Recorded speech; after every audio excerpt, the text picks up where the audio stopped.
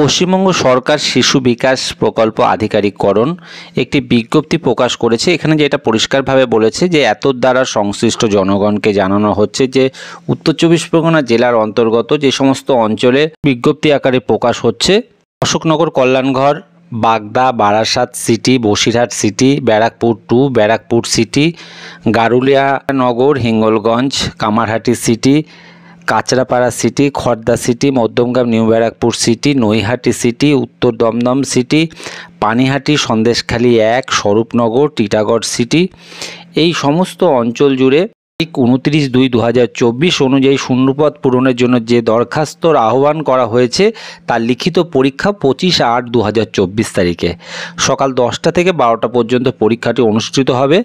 বৈধ আবেদনকারীদের প্রবেশপত্র, admit card, একটি link দিয়ে দেওয়া হয়েছে। এই লিঙ্ক অনুযায়ী ডাউনলোড করতে হবে। প্রবেশপত্র ডাউনলোড করা যাবে 7/8/2024 থেকে 24/8/2024 তারিখ পর্যন্ত। অন্য কোনোভাবে ডাকযোগে বা হাতে কিন্তু প্রবেশপত্র দেওয়া হবে না। নিচে ডেসক্রিপশনে আমি লিঙ্কটি দিয়ে দেবো, যেখান থেকে তোমরা চাইলে সরাসরি তোমাদের রেজিস্ট্রেশন নাম্বার এবং ডেট অফ বার্থটি দিয়ে অ্যাডমিট কার্ডটি ডাউনলোড করে নিতে পারবে।